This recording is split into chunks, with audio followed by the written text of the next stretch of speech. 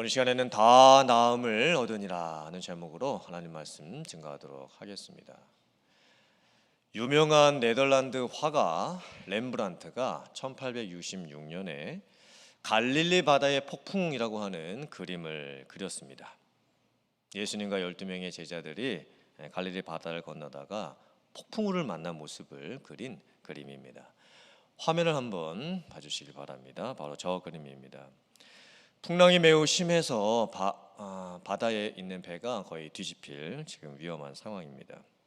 흥미로운 것은 12명의 그 제자들의 모습을 각각 독특하게 그렸습니다. 먼저 왼쪽 부분, 즉 배로 하면은 배의 뒷부분에 있는 5명의 제자들의 모습을 보면 돛대를 잡고 있고 돛줄을 잡고 있습니다. 어쩌면 저 5명의 제자의 모습은 예수님의 12명의 제자들 중에서 이제 어부들이 자기들이 지금까지 고기잡이 하면서 가지고 있었던 모든 경험들을 가지고서 어떻게 하면 이 풍랑을 헤쳐나갈 수 있을까, 어떻게 하면 배가 뒤집히지 않게 할 수 있을까 고분분투하는 모습입니다. 예수님은 배의 중간 약간 앞쪽에 앉아 계시죠. 그리고 2-3명의 제자가 옆에서 예수님에게 뭐라고 이렇게 말하는 그런 모습이 보입니다. 아마도 예수님께 도와달라고 간청을 하고 있겠죠. 빨리 우리를 좀 도와주시고 살려달라고 간절히 예수님께 뭔가를 구하고 있는 모습입니다. 아래쪽에 빨간 겉옷을 입고 있는 제자는 그 얼굴을 바다 쪽으로 이렇게 향해 있습니다. 토하고 있는 모습입니다. 육체의 한계를 경험하고 있는 거죠. 폭풍우 만나고 배는 뒤집힐 것 같고 몸이 견뎌내지를 못하고 이제 있는 상황입니다. 또 중간 약간 왼쪽에 보면 잘 안 보이실 수도 있는데 하얀 옷을 입고 있는 한 제자가 있습니다. 이 제자는 아예 예수님에게 등을 돌리고 있습니다. 예수님께 대한 실망, 의심, 낙심을 표현을 하고 있는 모습입니다.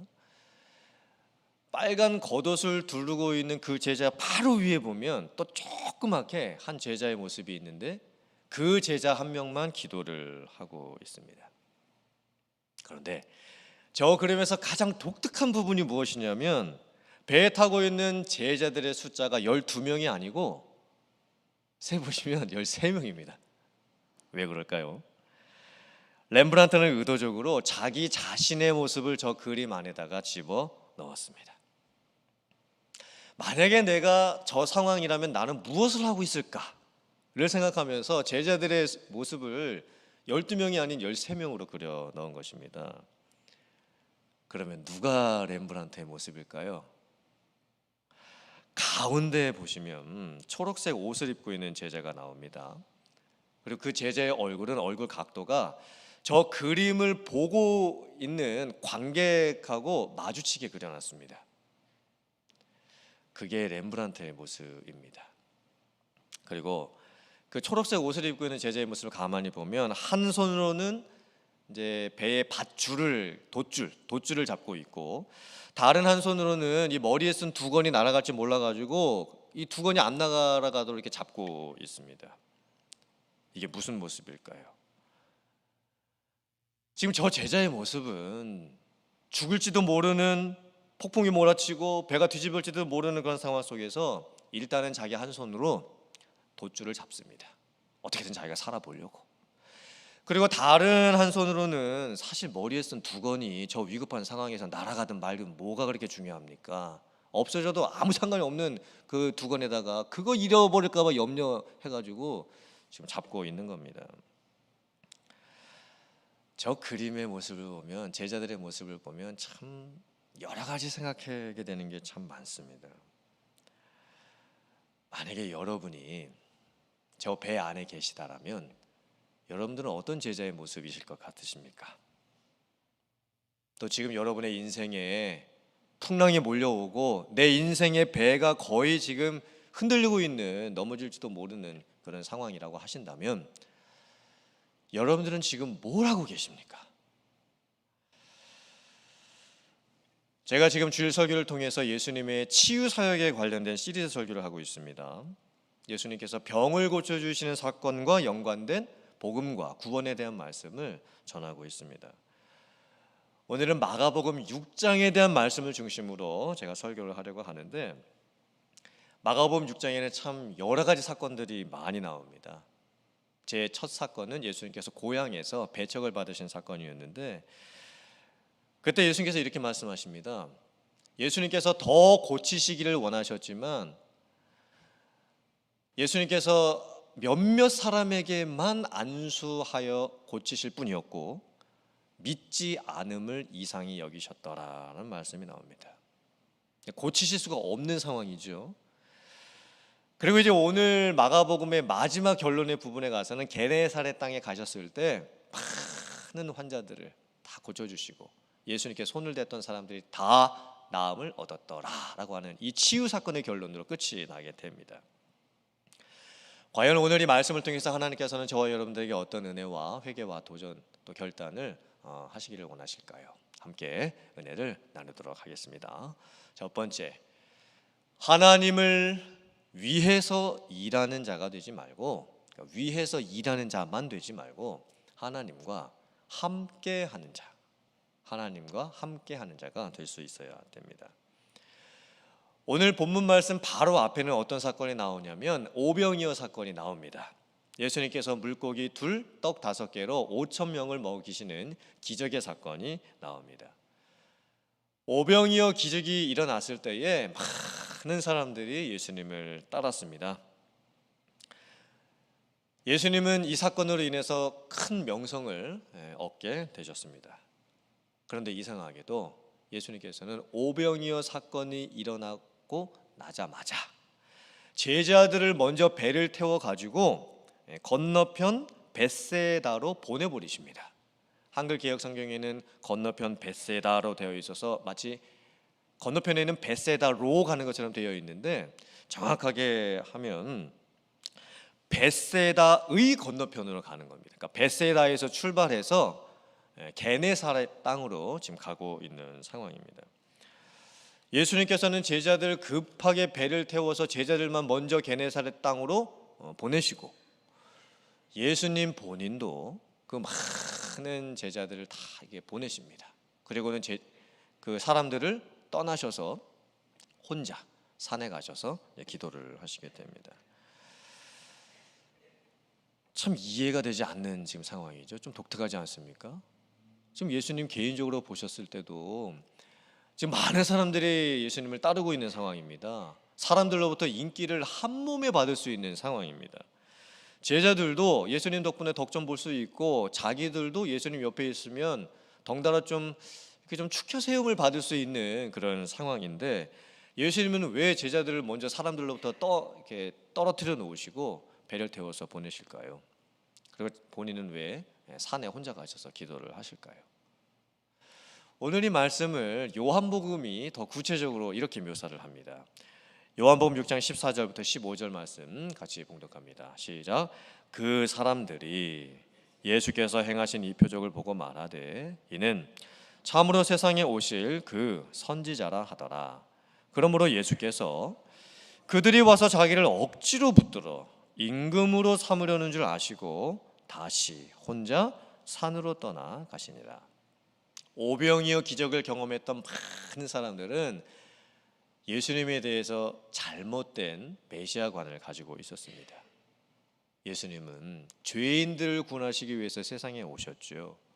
하지만 사람들은 죄인들을 구원하시기 위해서 오신 예수님에 대해서 관심이 없었습니다. 단지 예수님을 정치적인 메시아로 이해하고 예수님을 왕으로 삼아서 로마 식민지 통치를 벗어나고 옛적 다윗의 왕권을 다시 회복을 시키고 예수님께서 왕이 되셔서 자기들을 배불리 잘 먹고 잘 살게 해주실 것, 그것만을 기대하고 있었던 것입니다. 많은 사람들은 남자만 5,000명이었으니까 또 아내들과 자녀들까지 하면 아마 몇몇 명이나 되는 사람들이 있었겠죠. 그 많은 사람들이 사실 예수님이 누구신지를 잘 모르고 있습니다. 그리고 자기가 배부른 것에만 만족을 하고 있습니다. 그래서 예수님께서 제자들도 먼저 떠나게 하시고 본인도 사람들로부터 떠나셨던 거예요. 그 산에 혼자 가십니다. 기도하시죠. 이 모습을 보면 참 우리에게 주시는 영적인 교훈이 있습니다. 사랑하는 성도님들, 잘 된다라는 게 뭘까요?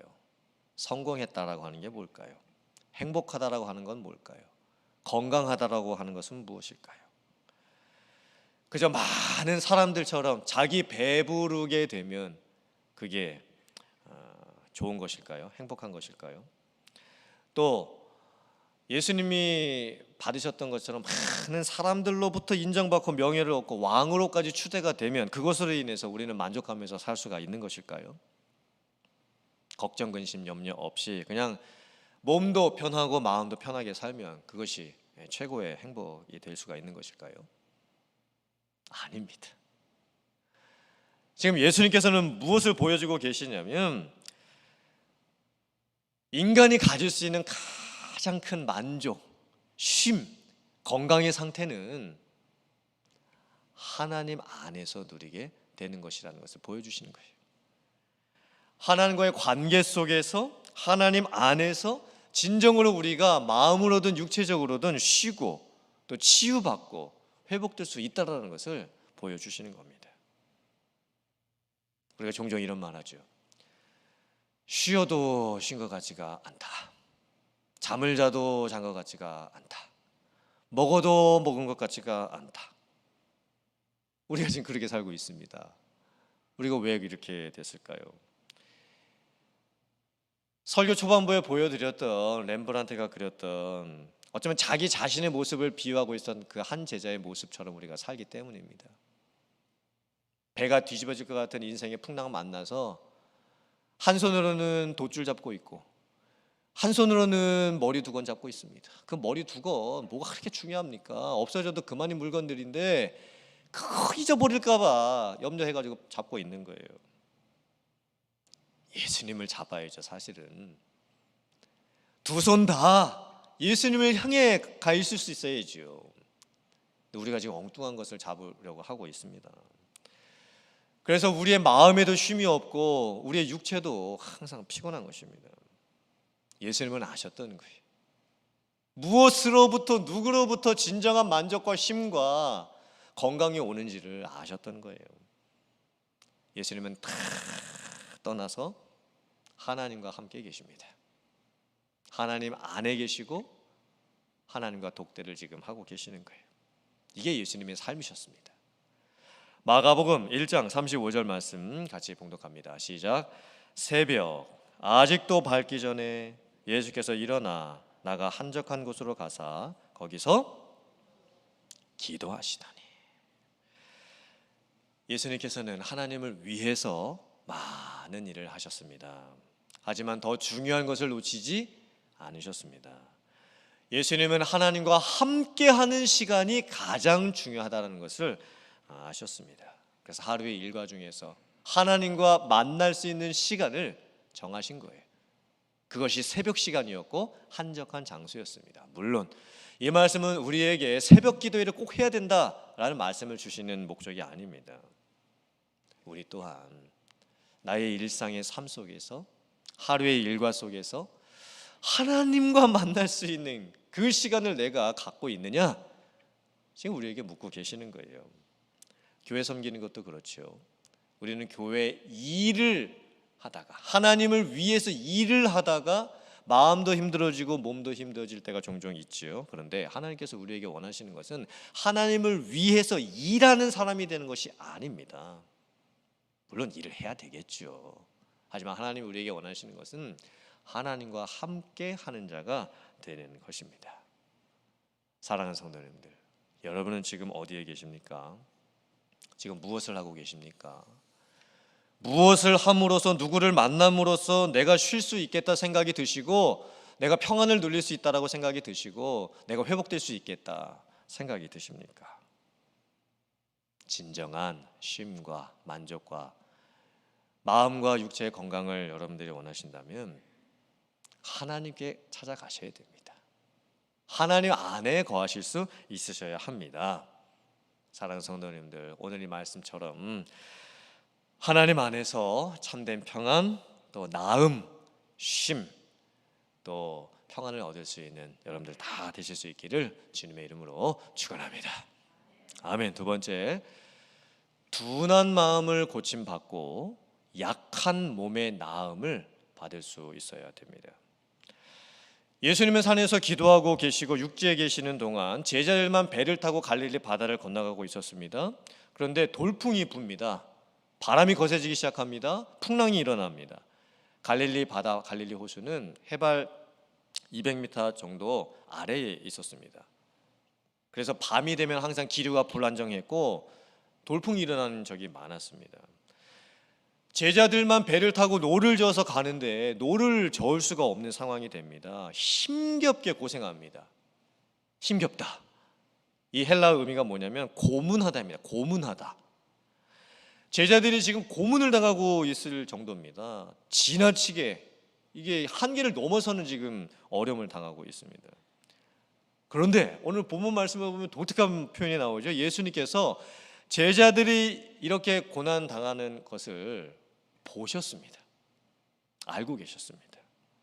아니 어떻게 예수님은 지금 육지에 계시고 산에 계시고 기도하고 계시는데 제자들이 바다 한가운데서 배 타고 가면서 힘든 일을 겪는 걸 예수님께서 어떻게 보셨을까요? 어떻게 아셨을까요?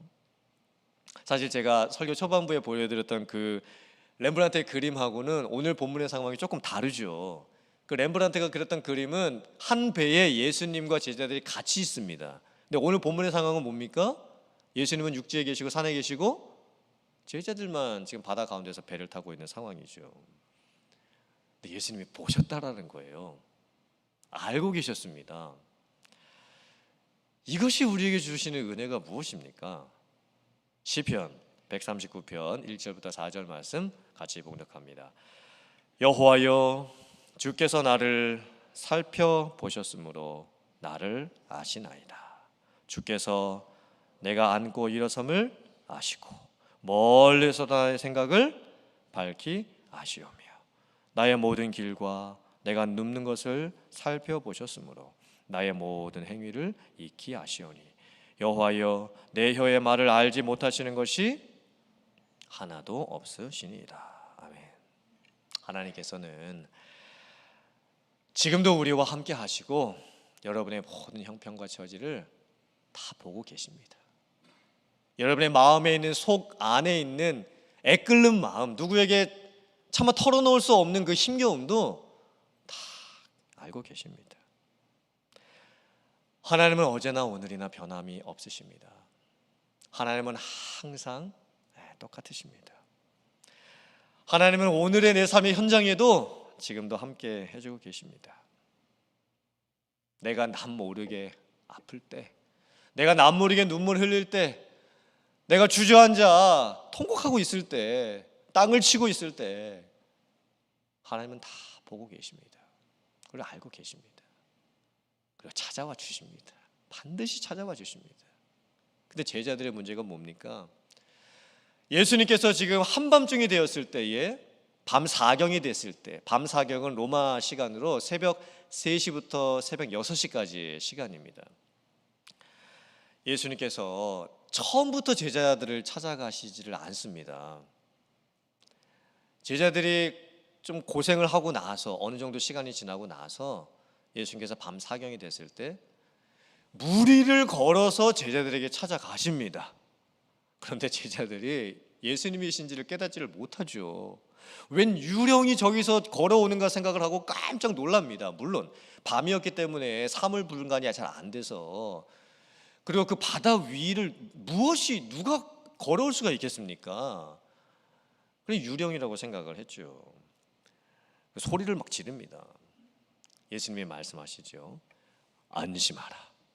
내니 두려워 말라. 예수님이 배에 오르시니 바람도 그쳐버립니다. 제자들이 또 한 번 놀라게 되죠. 어떻게 이런 일이 가능할까? 왜 제자들은 무리를 걸어오시는 예수님을 보고서 유령이라고 생각을 했을까요? 예수님께서 찾아오실 것을 왜 생각을 못하고 있을까요? 그리고 바람을 잠잠케 하시는 그 예수님을 보면서 왜 놀라기만 할까요? 오늘 성경 말씀을 보면 제자들이 그렇게 할 수밖에 없었던 이유를 이렇게 말씀합니다. 마가복음 6장 52절 말씀 같이 봉독합니다. 시작. 이는 그들이 그 떡 떼시던 일을 깨닫지 못하고 도리어 그 마음이 둔하여졌음이러라. 제자들은 배를 타기 전에 그 낮 시간 동안에 예수님께서 행하셨던 오병이어 기적을 친히 경험을 했습니다. 그리고 예수님이 누구신지, 예수님이 하나님의 아들 되시고 메시아가 되시고 구원자가 되시다라는 것을 어느 정도 충분히 믿을 수가 있었습니다. 그런데 몇 시간이 지나고 나서, 정말 몇 시간이 지나고 나서 갈릴리 바다 한가운데서 풍랑이 일어나는 그 상황 가운데서 예수님께서 무리를 걸어오시는 것을 보고 깨닫지를 못합니다. 분간을 하지를 못합니다. 왜 그렇습니까? 마음이 둔해졌기 때문입니다. 마음이 둔해졌다라는 의미가 뭘까요? 다 잊어버린 거지요. 하나님께서 베풀어 주셨던 그 과거의 은혜들 다 잊어버렸습니다. 불과 몇 시간에 보여주셨던 하나님의 그 기적 같은 은혜들도 다 잊어버렸습니다. 그리고 마음이 둔해졌다는 의미가 뭡니까? 지금 내가 뭘 바라봐야 될지를 모릅니다. 내 시선을 어디에다 둬야 될지를 모릅니다. 심지어는 나에게 찾아오시는 하나님, 지금도 내게 은혜를 베풀어 주시는 그 은혜조차도 지금 깨닫지를 못하고 있는 거예요. 그러므로 우리는 먼저 마음이 둔해지지 않도록 해야 됩니다. 이 마음에 무엇이 담겨 있는지, 하나님이 원치 아니하는 것들이 마음에 담겨 있으면 다 꺼내야죠. 그리고 하나님이 우리에게 채워주시는 것, 그것을 받을 수 있는 이 마음의 그릇 준비를 할 수 있어야 됩니다. 마음이 둔해지지 않도록. 누가복음 21장 34절 말씀 같이 봉독합니다. 시작. 너희는 스스로 조심하라. 그렇지 않으면 방탕함과 술 취함과 생활의 염려로 마음이 둔하여지고 뜻밖의 그날이 덫과 같이 너희에게 임하리라. 마음이 둔해지는 여러 가지 원인이 있겠죠. 아마 하나님을 믿지 아니하는 불신자분들은 방탕함과 술 취함으로 마음이 둔해집니다. 그러니 하나님의 은혜를 모르지요. 심지어 복음의 초청을 받아도 그 구원의 가치를 모릅니다. 그러다가 마지막 날, 마지막 예수 그리스도께서 지름하시는 그 심판의 때가 닥치면 덫과 같이 그 심판이 자기에게 임하게 되는 거예요. 근데 구원받은 성도들도 방탕함과 술 취함은 아니겠지만 생활의 염려로 인해서 마음이 둔해질 수가 있습니다. 팬데믹 2년 동안도 그랬고 지금 팬데믹 끝나고 나서 지금은 더 어렵고 힘든 상황이죠. 지금 우리의 마음이 편할 날이 없습니다. 지금 생계 유지만을 위해서도 내가 어떻게 살아야 되나 걱정이 한두 가지가 아닙니다. 그런데 늘 바쁩니다. 마음 편하게 쉴 때도 없습니다. 몸은 늘 지쳐갑니다. 뭐 어디에서 마음의 안정을 찾아야 될지 갈피를 잡을 수가 없습니다. 그래서 믿는 성도들도 생활의 염려 때문에 마음이 둔해질 수가 있는 거예요. 사랑하는 성도님들, 여러분이 이 마음이 깨어나실 수 있기를 주님의 이름으로 축복합니다. 깨어나셔야 돼요. 둔해지시면 안 됩니다.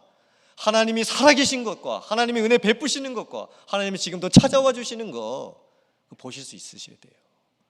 그래 은혜를 경험하실 수 있으셔야 됩니다. 어쩌면 예수님은 제자들을요 처음부터 의도적으로 테스트하셨던 거예요. 오병이어 사건 겪고 나서 얼마나 그게 교만해질 수 있는 상황입니까? 뭐 세상 다 얻은 것 같겠죠. 사람들이 다 자기들을 따라주고 하는 일마다 다 잘 됩니다. 근데 예수님은요 그곳에 제자들을 두지 않으십니다. 형통의 자리, 성공의 자리, 내 뜻대로 뭔가 다 잘 되는 자리에 예수께서 제자들을 두지 않으십니다. 오히려 거기를 떠나게 하십니다. 그리고 배 타고 보내셔놓고는 바다 한가운데서 한밤중에 그 힘든 일을 겪게 하시는 거예요. 왜 예수님께서 그렇게 하셨을까요? 제자들이 자기 자신을 보라는 거지요. 자기 자신의 이 마음이 얼마나 무뎌져 있는지 보라는 거죠. 예수님의 의도적인 계획이 여기 들어가 있습니다. 사랑하는 성도님들, 무감각해진 여러분들의 마음 바꾸셔야 됩니다. 둔해진 여러분들의 마음이 은혜로 채워지시기를 주님의 이름으로 축원합니다. 이제 오늘 본문 마지막 결론은요, 예수님과 제자들이 건너편 게네사렛 땅에 도착을 합니다. 그 게네사렛 땅에 있었던 사람들은 참 특별한 예수님에 대한 믿음을 가지고 있었습니다.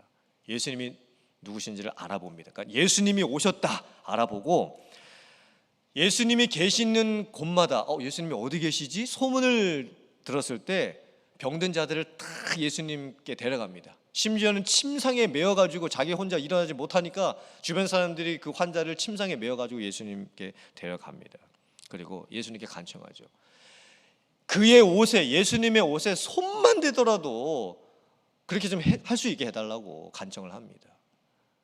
그리고 예수님의 옷에 손을 대는 자는 다 나음을 얻습니다.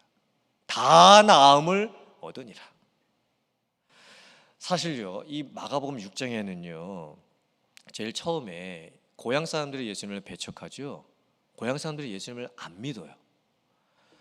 그리고 헤롯 왕은 세례 요한의 목을 베어 죽여버립니다. 또 벳세다에서 오병이어 사건이 일어났을 때 벳세다에 있었던 사람들은요, 배부른 것에만 만족하고 예수님을 모릅니다.